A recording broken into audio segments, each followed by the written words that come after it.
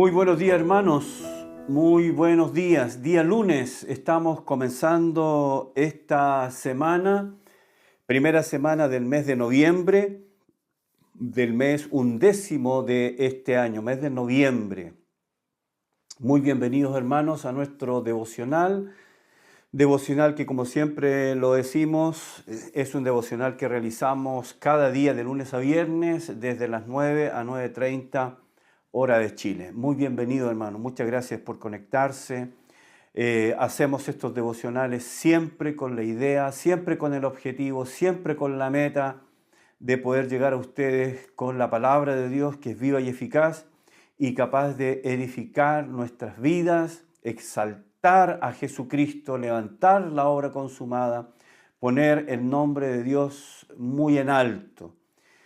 Muy bienvenido entonces, hermanos. Estamos en la serie que titulamos He aquí mi siervo. Estamos estudiando el capítulo 53 de la profecía de Isaías. Así que muy bienvenidos, ya lo he dicho.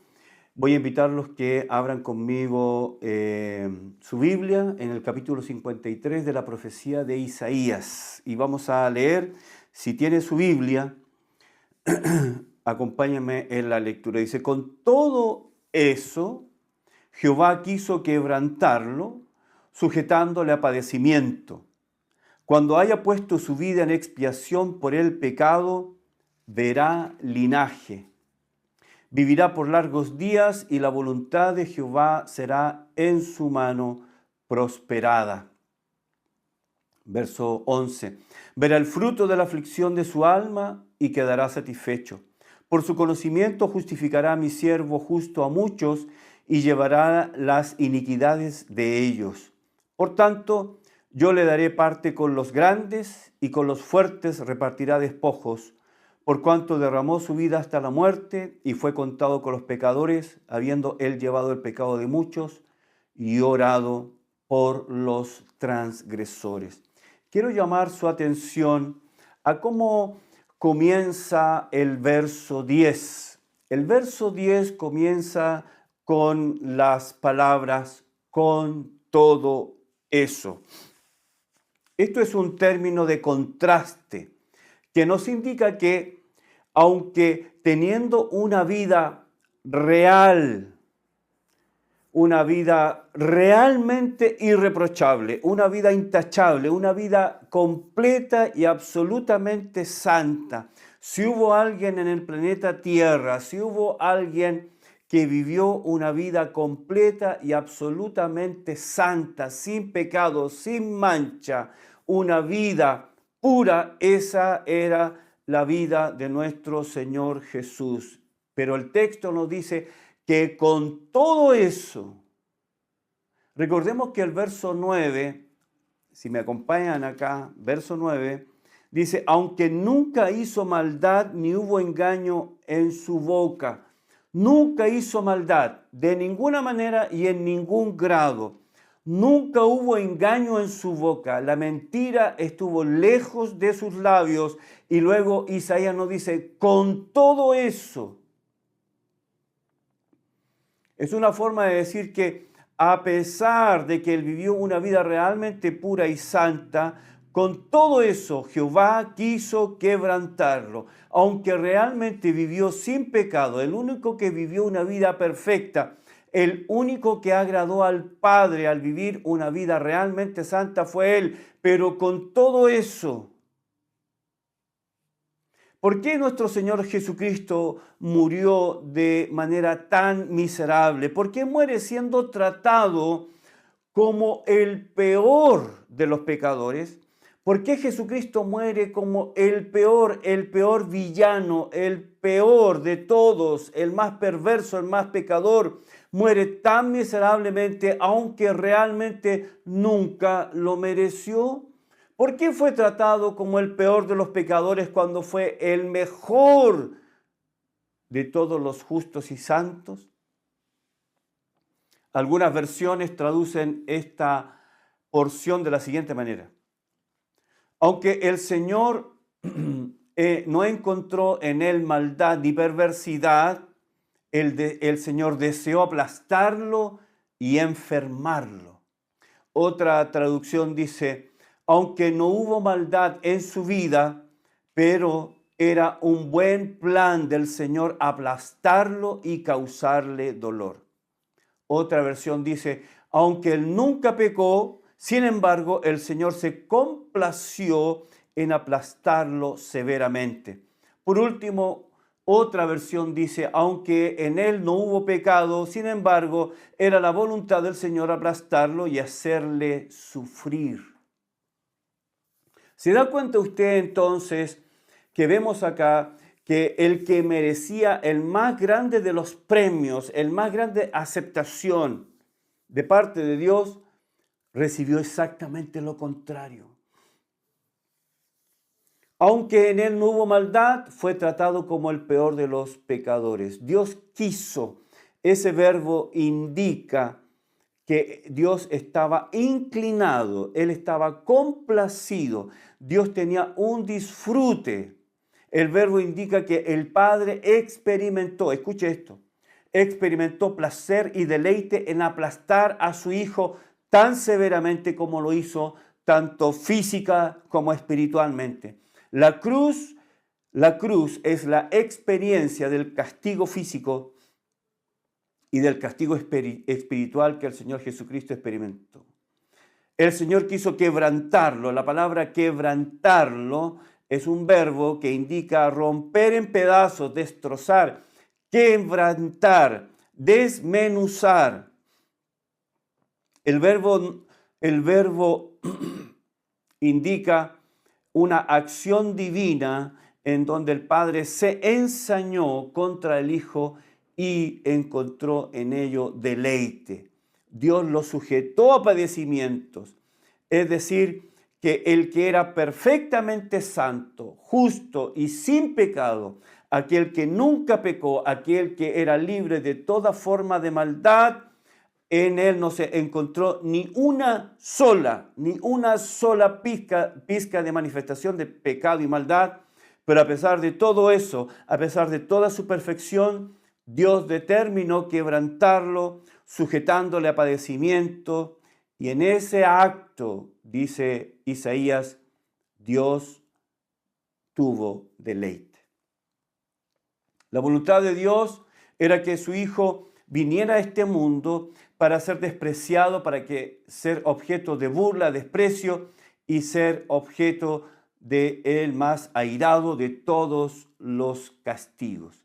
Hermanos, tengo que decirle que la cruz no fue un accidente, que la cruz no fue algo que se salió de los márgenes, se salió del contenedor divino y se le escapó a Dios. Hermanos, la cruz era el camino que Dios había establecido desde toda la eternidad para su Hijo en beneficio de la raza humana. La cruz fue el cumplimiento del plan eterno, del plan perfecto ideado por Dios en esa relación intratrinitaria. Ocurrió en la eternidad pasada en que el Dios Padre, Dios Hijo y Dios Espíritu Santo concertaron un plan para salvar a la raza humana. Acompáñeme al libro de los Hechos, capítulo 2, versos 22 y 23.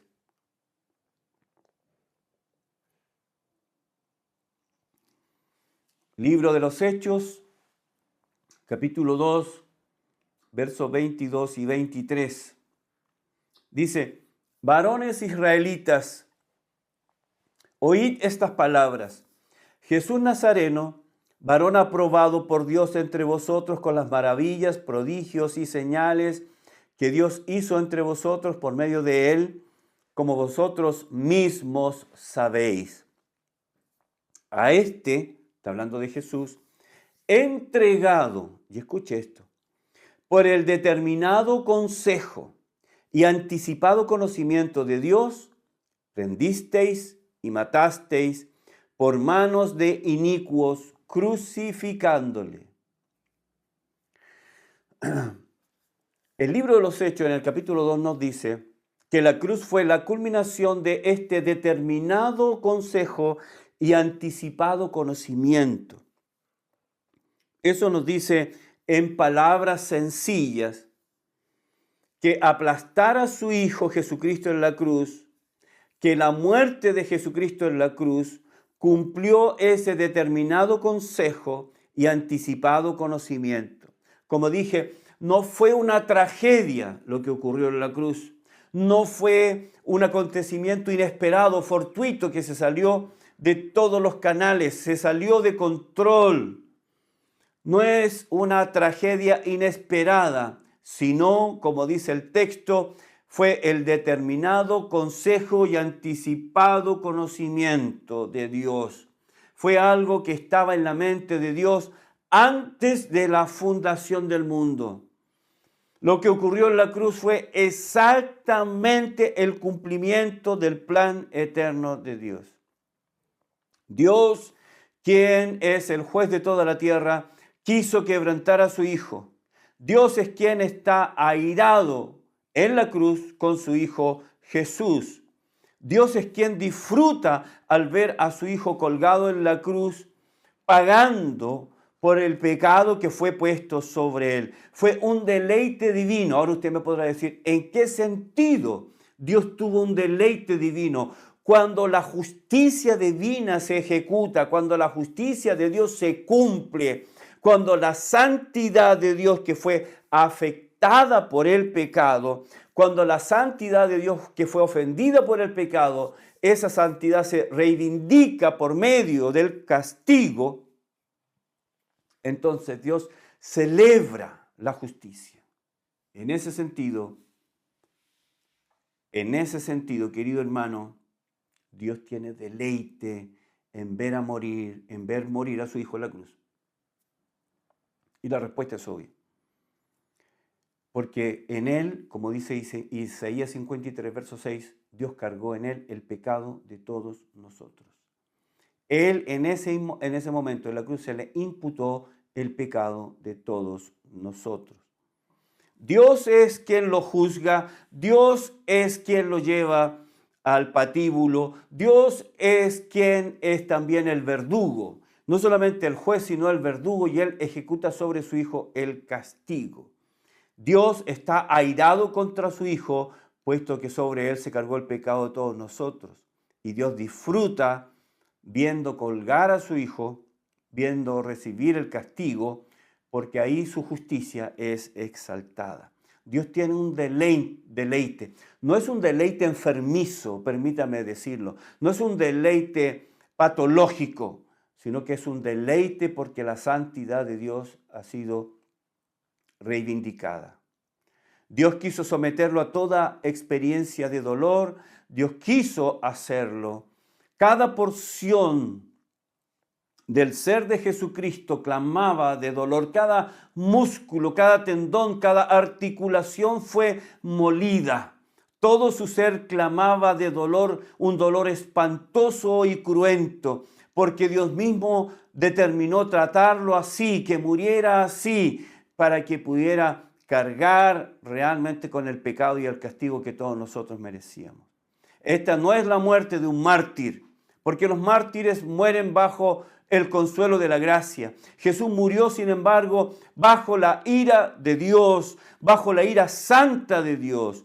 No hubo una pizca de gracia, escúchame esto, no hubo. Cristo no recibió ni una sola pizca de gracia para mitigar su dolor en la cruz, para mitigar su dolor físico, psicológico y espiritual. Murió sin asistencia, murió sin cuidado, murió sin que sus llagas fueran cubiertas o sanadas o curadas o suavizadas con aceite. Él murió sin consuelo, sin compasión, sin clemencia, sin misericordia, murió sin una pizca de gracia. Jesús murió la muerte de un maldito, murió la muerte de un condenado, murió la más vil de todas las muertes, murió la muerte más terrible que puede morir un miserable, que puede morir alguien que merecía la muerte. Murió la muerte más execrable, muerte cruel y despiadada. El gran orador y filósofo y también abogado romano Marco Tulio Cicerón dijo lo siguiente de la cruz. Él dijo: la crucifixión es el castigo más cruel y miserable que alguien puede merecer. Isaías dice en el verso 50, el capítulo 53, verso 11, dice: cuando haya puesto su vida en expiación por el pecado, verá linaje, vivirá por largos días y la voluntad de Jehová será en su mano prosperada. Isaías nos va a hablar ahora de la flagelación. La flagelación, estamos hablando del momento en que Jesús es llevado al Calvario para morir. Antes de eso, en esta preparación se llevaba a cabo lo que se conoce como la flagelación.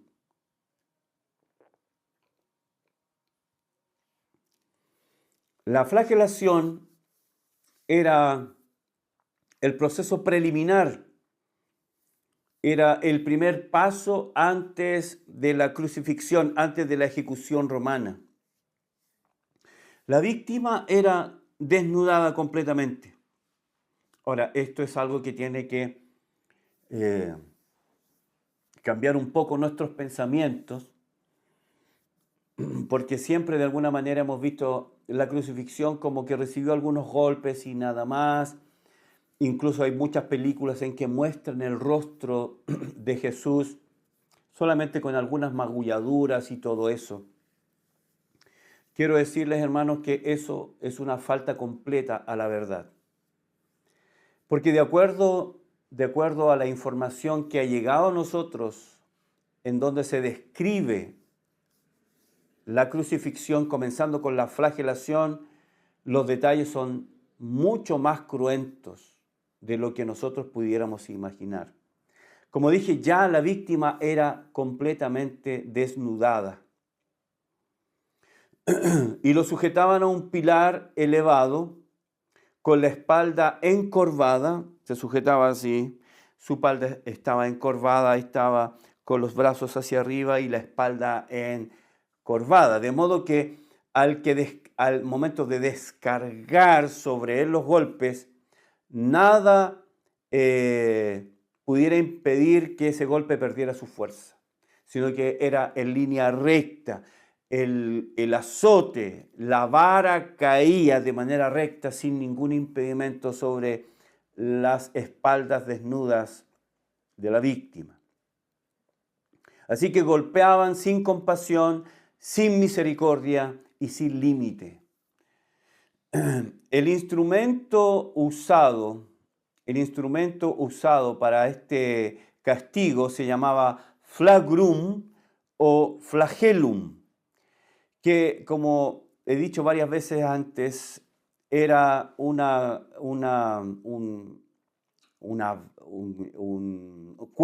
correas de cuero a las cuales se ataban pequeñas bolas de hierro, trozos de huesos, clavos también. Cuando los soldados entonces azotaban repetidamente y con todas sus fuerzas las espaldas de la víctima, las bolas de hierro causaban profundas contusiones y hematomas, mientras que los huesos y los clavos penetraban la piel y al ser levantados desgarraban la espalda, la piel, los tejidos subcutáneos. Al continuar los azotes, las laceraciones cortaban hasta los músculos, produciendo tiras sanguinolientas de carne desgarrada. Se creaban las condiciones para producir pérdida importante de líquidos como sangre y plasma. Después de la flagelación, los soldados solían burlarse de sus víctimas. A Jesús le fue colocada una corona sobre su cabeza como emblema irónico de su realeza, una corona de espinas. Y quiero decirles que sí él tenía derecho al trono, sí él tenía derecho a la corona, sí él tenía derecho a ese trato digno y ese trato en que se mostraba reverencia.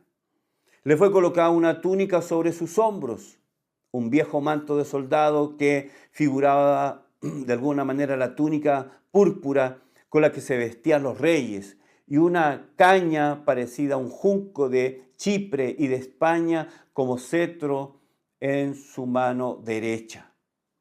Esto era el flagelo antes de la crucifixión.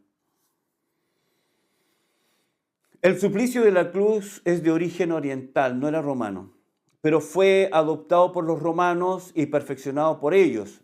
Nació, según tenemos información, en los persas. Ellos comenzaron a este método de muerte llamado crucifixión.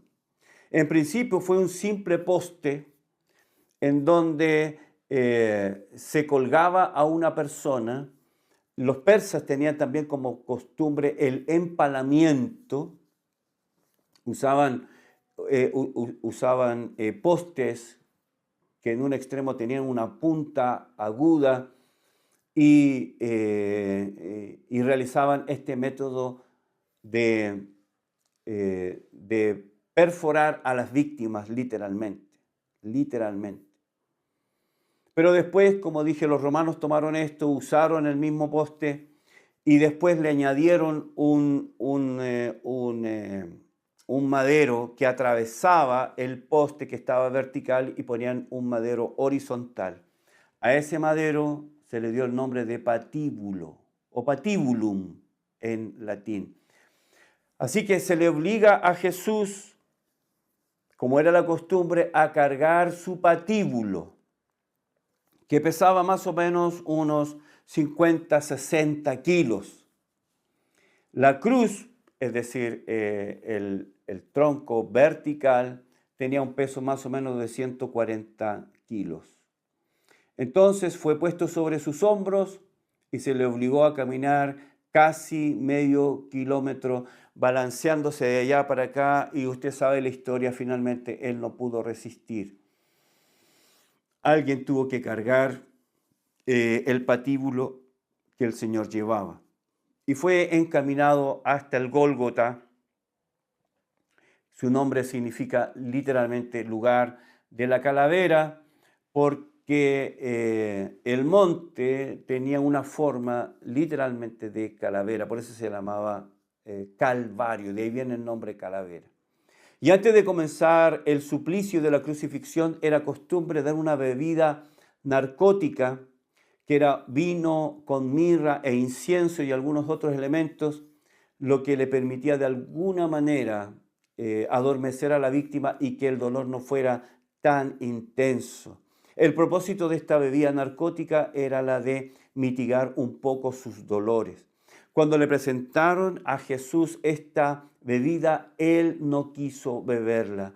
Él quiso beber la copa del Padre en completa conciencia. Ahora, hermanos, con los brazos extendidos, no tensos, más o menos así, en esta posición,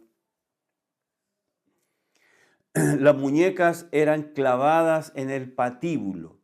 Yo sé que usted y yo hemos visto representaciones de Jesús en la cruz en donde los clavos traspasaban las palmas de las manos. Esto era imposible, puesto que las palmas de las manos no tienen suficiente resistencia. Si se ponían las palmas, se rasgaba. Es por eso que se ponían en las muñecas, eran clavadas en el patíbulo. De esta forma, los clavos de 1 centímetro de diámetro, que tenían una cabeza de 13 a 18 centímetros de largo, eran probablemente puestos en el radio y los metacarpianos, o entre las dos hileras de los huesos carpianos, ya sea cerca o a través del fuerte flexor retinaculum y los varios ligamentos intercarpales. En esos lugares, Los clavos aseguraban el cuerpo. Hermanos, Jesús está sufriendo de una manera increíble. Como dice el verso 9, aunque nunca hizo maldad, ni hubo engaño en su boca, con todo eso Jehová quiso quebrantarlo. Él está ocupando el lugar que yo merecía. Él está ocupando el lugar que no merecía, para que yo pueda ocupar un lugar que no merezco, el lugar de ser llamado su hijo. Esto es lo que está ocurriendo en la cruz. Y recuerde, Isaías está hablando 700 años antes de que esto ocurra. Es maravilloso ver cómo Dios hace justicia, y en su justicia Él puede darnos lo que no merecemos. Muchas gracias por acompañarme en el devocional de hoy. Mañana seguiremos estudiando Isaías 53, ya para terminar esta serie. Que Dios les bendiga. Nos volvemos a encontrar mañana.